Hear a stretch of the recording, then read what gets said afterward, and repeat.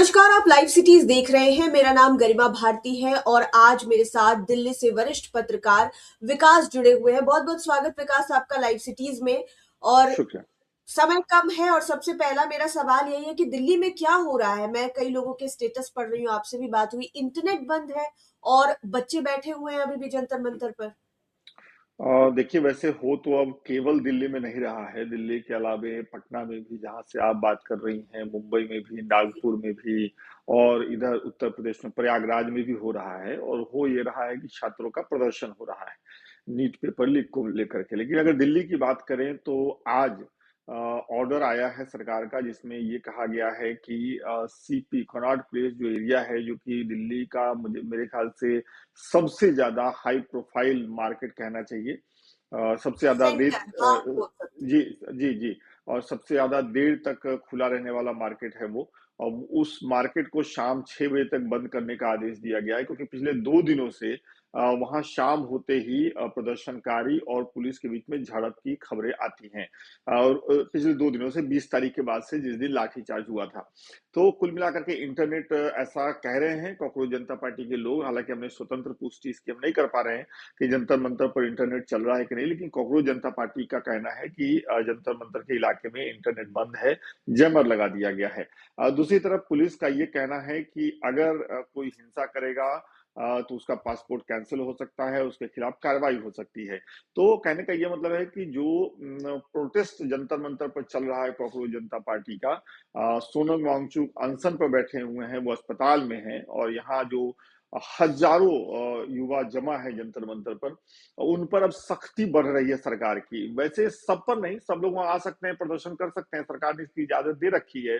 Police प्रशासन भी इसके लिए सहयोग कर रहा है। लेकिन वैसे लोगों पर जो शाम होने के बाद या दिन में किसी तरह की हिंसा करने के फिराक में रहते हैं, उन पर सख्ती बढ़ रही है। फिलहाल तो यही हो रहा है दिल्ली में। इसके साथ एक चीज मैं और आपको बताऊं, जो नई चीज दिल्ली में हो रही है वो ये कि दिल्ली बड़े स्तर पे प्रदर्शनकारी छात्र छात्राओं के साथ जुड़ता चला जा रहा है। ना जी, सिर्फ जंतर दिल्ली के मंतर आम लोग। जी जी, मैं वही कह रहा हूँ, ना सिर्फ जंतर मंतर पर जो बैठे हैं या जो प्रोटेस्ट में आए हैं, जो नए बच्चे हैं 12 से लेकर के 25, 30 मैक्सिमम 25 तक के, 20-25 तक के बच्चे हैं। उनके अलावा दिल्ली में आप कहीं भी जाएं, चाहे आप मेट्रो में हैं, आपको लोग वीडियो देखते हुए मिल जाएंगे कि जंतर मंतर पर क्या हो रहा है। आप ऑटो वाले से बात करिए, ऑटो वाला आपको बताएगा कि बच्चों के साथ ऐसा नहीं होना चाहिए। रिक्शा वाले, कोई भी। तो कहने का मतलब कि ये एक ऐसा मुद्दा है जिस पर उनको बड़ा समर्थन दिल्ली से मिल रहा है। दिल्ली का शायद ही कोई ऐसा वर्ग होगा या कुछ लोग ऐसे होंगे जो ये मानते होंगे कि ये गलत कर रहे हैं। ज्यादातर लोग इन बच्चों की मांग के साथ हैं और इनके प्रदर्शन के साथ हैं। तो फिलहाल तो दिल्ली में यही हो रहा है। जो तस्वीरें निकल कर आ रही है, आप तो खुद दिल्ली में हैं, हम यहाँ से वीडियोस और रील्स के माध्यम से देख रहे हैं। ऑटो वाले मुफ्त में बच्चों को पहुंचा रहे हैं प्रदर्शन स्थल तक, धरना स्थल तक। इसके अलावे गोलगप्पे वाले, दही भल्ले वाले, वो फ्री में सर्व कर रहे हैं वहां पर कि हमारे तरफ से जो कंट्रीब्यूशन हो पाएगा वो हम कर रहे हैं। उसके बाद पता नहीं देश के अलग अलग कोनों से लोग स्विगी जोमेटो के माध्यम से खाना भेज रहे हैं। लड़कियां प्रदर्शन कर रही है तो लोगों का कॉन्शियसनेस इतना ज्यादा है कि उनके लिए सैनिटरी पैड तक भेजा जा रहा है। मतलब ये देख के लग रहा है कि कितने बढ़िया देश में हम लोग मैं रह रहे मैं हैं जब मैं, लोगों की मैं यूनिटी जी दिखती है। जी जी जी, मैं वही आपको कह रहा था कि जैसे मैं वहाँ पहले दिन से जा रहा हूँ और तब भीड़ बहुत ज्यादा नहीं रहती थी, और सिर्फ अलग अलग छात्र संगठनों के लोग बैठे रहते थे अलग अलग टोलियों में। और इवन सोनम हाँ, वांगचुक ने जब अनशन शुरू कर दिया था, तब भी बहुत ज्यादा भीड़ जंतर मंतर पर नहीं रहती थी। दिन में मुश्किल से 500 हजार, और शाम होने पे वो भीड़ जो है 3,000 5,000 तक चली जाती थी। लेकिन 20 तारीख को जो संसद चलो का कॉल दिया गया, उसमें बड़ी संख्या में भीड़ आई, जबरदस्त भीड़।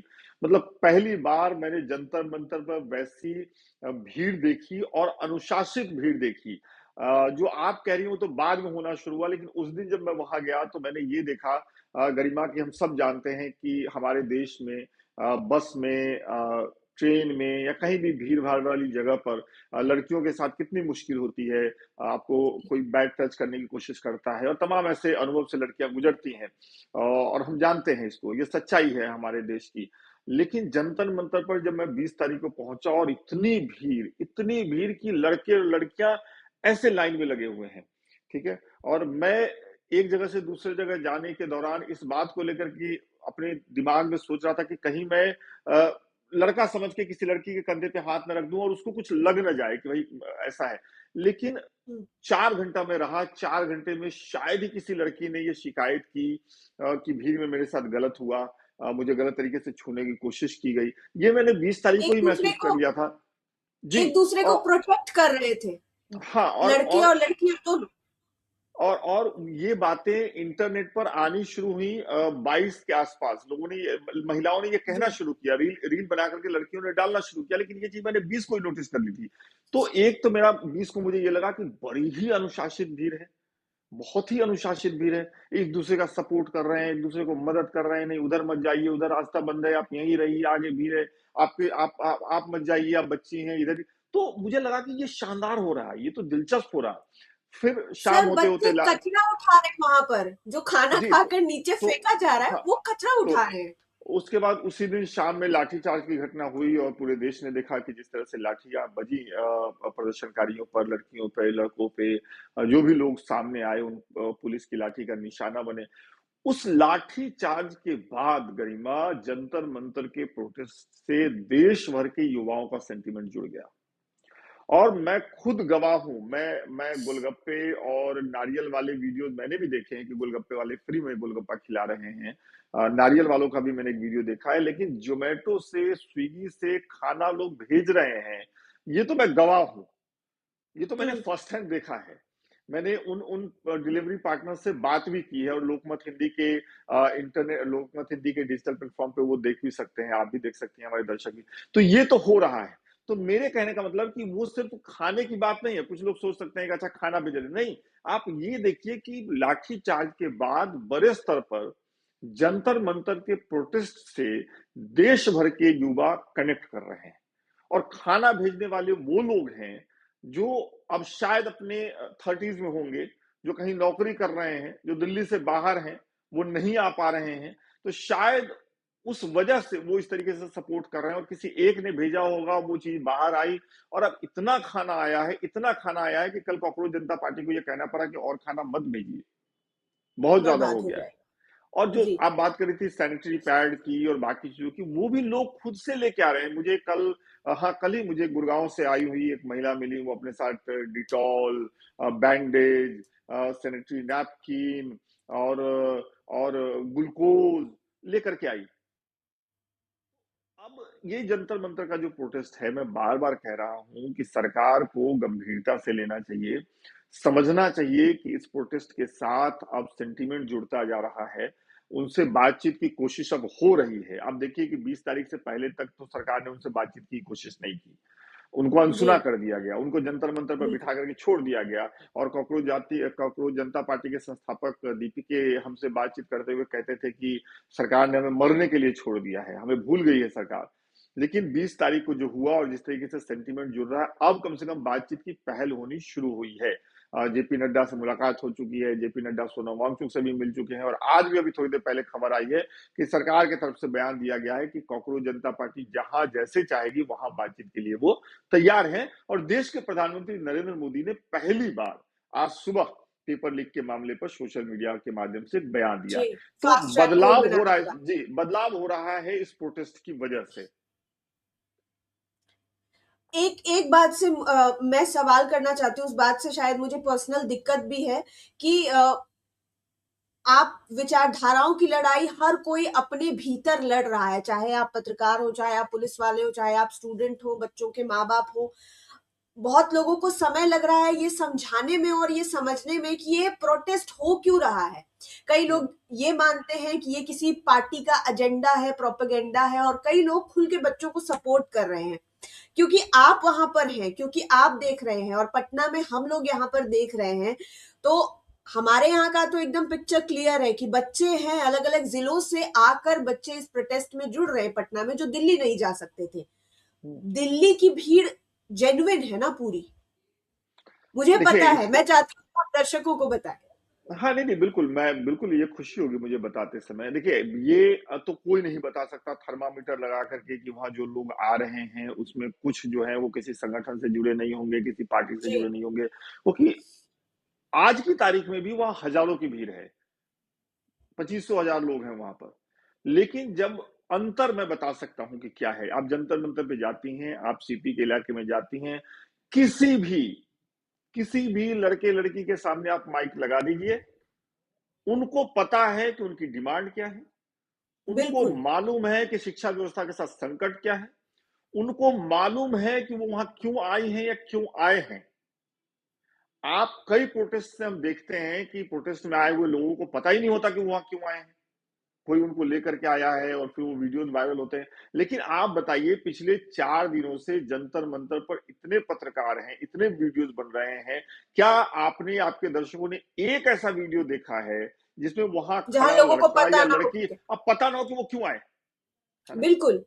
तो इसमें हमें एक तो शायद पता। ये देखने की आदत लग गई है कि अगर कोई भीड़ किसी चीज की मांग कर रही है तो उनको सिखा दिया गया होगा, उनको दाल भात सब्जी खिला दी गई होगी, उनको कुछ पैसे देकर लाया गया होगा। लेकिन ये ऐसा प्रोटेस्ट है जहां पर 7 साल का, 4 साल का बच्चा भी अवेयर है कि हुआ क्या है। और ये अब प्रोटेस्ट इस सिर्फ जी, नीट पेपर लीक तक सीमित भी नहीं रहा है, शिक्षा के तमाम मुद्दों पर अब बात हो रही है। जी विकास। ये ये जुड़ गया है, बहुत सारी चीजों से जुड़ गया है। ये शुरुआत हुई इसकी मणिपुर। नीट पेपर लीक से, लेकिन इसमें और धर्मेंद्र प्रधान जी के इस्तीफे से, लेकिन अब ये बहुत सारी चीजों से जुड़ गया है। ये शिक्षा व्यवस्था में बिल्कुल। आने वाले संकट से जुड़ गया है, ये युवाओं के भविष्य से जुड़ गया है, ये एक डर का नॉर्थ ईस्ट माहौल की जो आवाज से भी जुड़ गया ये है। जी, एक डर का माहौल जो बनाने की कोशिश की जा रही है कि नहीं बोल सकते, उससे भी जुड़ गया है ना? तो ये बहुत सारी चीजों से जुड़ गया है। मैं आपके दर्शकों के लिए, जिनके मन में ये सवाल होगा कि भाई ये प्रायोजित प्रोटेस्ट है, किसी एक संगठन के बिल्कुल। द्वारा प्रोटेस्ट है, उनके लिए एक छोटा-सा जवाब देने की कोशिश करता हूँ। मुझे नहीं पता क्या, और मैं किसी को सहमत करने के लिए बोल भी नहीं रहा हूँ। इस देश में आज़ादी की लड़ाई भी जब लड़ी गई, तो कांग्रेस के बैनर तले लड़ी गई, ठीक है? आजादी की लड़ाई भी जो लड़ रहे थे, उनको अंग्रेज कह सकते थे कि इनका एजेंडा है, ये देश के प्रधानमंत्री बनना चाहते हैं या ये देश में शासन चलाना चाहते हैं, ठीक है? तो जब भी कोई लड़ाई होगी, जब भी कोई मांग होगी, तो एक एजेंडा तो होगा, ठीक है? नंबर एक। तो बिल्कुल। एजेंडे से आप एजेंडे से दूर नहीं जा सकते। चलिए, आजादी के बाद अब आप बात कर लेते हैं, जेपी आंदोलन हुआ, पटना उसका हम्म। गंवा रहा है।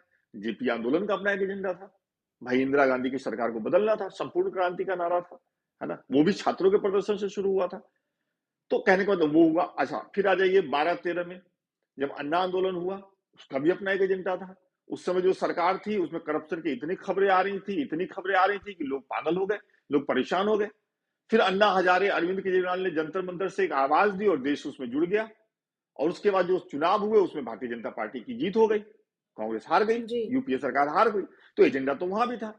तो इस तरीके से ये जो 2026 का प्रोटेस्ट है, या आने वाले समय में कोई और प्रोटेस्ट होगा किसी और सरकार के खिलाफ, मान लेते हैं कि आज से 10 साल बाद, 20 साल बाद कोई आज ए पार्टी की सरकार है, कल को बी पार्टी की सरकार होगी, उस बी पार्टी की सरकार के खिलाफ भी एक प्रोटेस्ट होगा।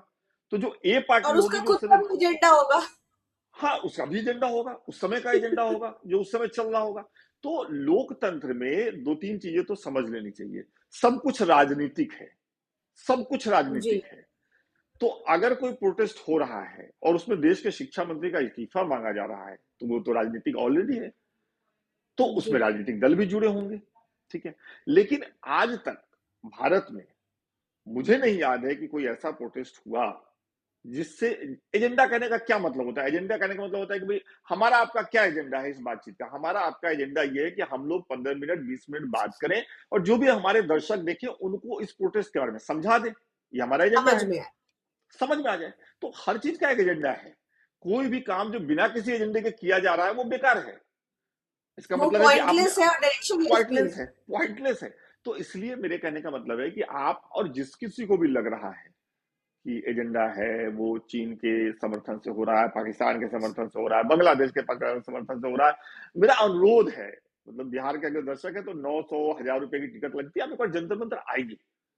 आकर और मैं देखिए। और आकर के देखिए, मतलब अपनी नजर से देखिए, मेरे कहने पे मत जाइए। मैं भी देख रहा हूँ, हो सकता है मेरे अंदर भी एक बायस हो, तो आप मत जाइए। तो कहने का मतलब ये है कुल मिलाकर के, और ना ही मैं सीजेपी के लोगों की वकालत करना चाहता हूं, लेकिन मैं वकालत करना चाहता हूं उन लड़के लड़कियों की जिनको मैंने जंतर मंतर पर ईमानदारी से अपने मुद्दों के साथ बैठे हुए देखा है। मैं रोज देखता हूं, जो देर रात तक वहां जमे रहते हैं, जमी रहती हैं, और जिनमें इस बात का गुस्सा है कि हम तो प्रदर्शन करने आए थे, पुलिस ने हमको इतनी बेरहमी से क्यों पीटा? तो बिल्कुल। मैं उनके तरफ से तो ये ज़रूर कहता हूँ कि अगर आपको लगता है कि इसमें एजेंडा है, तो आकर के एक बार देख लीजिए, शायद आपको तब बेहतर समझ में आएगा। बिल्कुल, आपके पास बहुत ज़्यादा समय नहीं है, आपका समय भी बहुत ज़्यादा हम नहीं लेंगे, लेकिन अंत में कुछ चीज़ें मैं कहना चाह रही हूँ। जी, शायद इसको इसके साथ हम इसको कंक्लूड कर पाएँ कि हम जैसी परिस्थिति में अभी जी रहे हैं या फिर जिस प्रकार का सोच हम रख रहे हैं, या फिर जैसी आपको भी, अगर आप कहीं पर कहते होंगे कि बच्चे सही प्रदर्शन कर रहे हैं, मुझे यकीन है आपने भी कई बातें लोगों से सुनी होंगी कि नहीं, नहीं, हुँ, ऐसा नहीं, वैसा। हुँ, वैसा हम लोग भी हर दिन फेस करते हैं और लोगों से सुनते हैं, अलग-अलग तरह के पर्सपेक्टिव, अलग-अलग तरह की बातें। एज़ अ जर्नलिस्ट हमारा काम किसी को एजुकेट करना नहीं है, बस इन्फॉर्म हुँ, करना है। हुँ, लेकिन अब लग रहा है कि 1-2 शब्द जो है वोकैब्युलरी के लोगों को सीख कर कंठस्थ कर लेने चाहिए। पहली हुँ, बात, हमने एजेंडे पे बात की, agenda is not a negative word. इसको नेगेटिव वर्ड समझना एकदम बंद कर दीजिए। आपको दिक्कत है, गूगल ट्रांसलेट करिए एजेंडा का मतलब क्या होता है, आपको समझ में आएगा। क्योंकि हमारा हुँ, पैदा होने का, जीने का, खाना बनाने का भी एजेंडा है कि खाना बनकर तैयार हो जाए और उसका जो न्यूट्रिशन है हमें लगे या फिर स्वाद जुबान को लगे। खाना बनाने का एजेंडा यही है। तो हर चीज का एजेंडा है। दूसरा कि प्रोटेस्ट करने वाली हर भीड़ बिकाऊ नहीं होती है। हर भीड़ को कोई लेकर नहीं आया होता है। आज के जनरेशन के बच्चे, जो मेरे भाई बहन मुझसे छोटे हैं या फिर मेरे भाई भतीजे होंगे, मजाल है मैं उन्हें 2 रुपए की चॉकलेट देकर कोई काम करवा लूं। अभी की हुँ, जनरेशन को जब तक उनकी मर्जी नहीं होगी, आप नहीं करवा सकते। आप 2 रुपए क्या, 2,000 रुपए की चॉकलेट दिला दीजिए। तो उनको तो कोई फोर्स नहीं कर सकता है, क्योंकि जेन जी के बारे में बातें होती है कि भाई वो अपने तरीके के लोग हैं, वो किसी की नहीं सुनते हैं। तीसरा ये कि प्रोटेस्ट करने वाला हर इंसान खराब कब से हो गया, और हुँ, सब अपने अधिकारों के तहत प्रोटेस्ट कर रहे हैं ना। अगर कोई सरकार से सवाल करना चाहता है तो let them ask the question. हुँ, हमें और आपको तकलीफ क्यों है? वो सवाल कर रहे हैं, जवाब जिनको देना है उनको तकलीफ होनी हुँ, चाहिए। तो हुँ, ये चीजें थोड़ी सी क्लियर होनी चाहिए और हम लोगों को भी अपना माइंड क्लियर रखना चाहिए और ये देखना चाहिए कि शायद बात फ्यूचर की हो रही है, बच्चों की हो रही है, तो थोड़ा सा एकदम पॉजिटिव होकर सोचने की जरूरत है। बहुत बहुत शुक्रिया, मैंने शायद बहुत ज्यादा बोल दिया शुक्रिया। विकास, आपका नहीं, नहीं, समय भी ले लिया और आप अच्छा बोलिए अपने दर्शकों के लिए और इस बातचीत में आप अच्छा बोलिए। बहुत-बहुत शुक्रिया, बहुत-बहुत शुक्रिया। बहुत बहुत शुक्रिया। अभी फिर से आप जंतर मंतर की ओर पूछ हाँ, करेंगे। मैं अभी आज पूरी रात जंतर-मंतर पर रहने वाला हूँ, इसलिए रहने वाला हूँ क्योंकि 20 तारीख से पहले पूरी रात रह कर के मैंने एक रिपोर्ट तैयार की थी और आज रात रह कर के मैं दोनों में एक तुलना करना चाहता हूँ अपने दर्शकों के लिए। तो आज अच्छा, पूरी रात मैं जंतर-मंतर रहने वाला हूँ, अभी मैं यहाँ से वहीं निकलूँगा। बहुत-बहुत शुक्रिया। चलिए बहुत बहुत शुभकामनाएं आपको। छात्रों की आवाज बुलंद करिए, जो एक्चुअल तस्वीरें हैं वो हम लोगों तक पहुंचाते रहे। धन्यवाद हमारे साथ जुड़ने के लिए।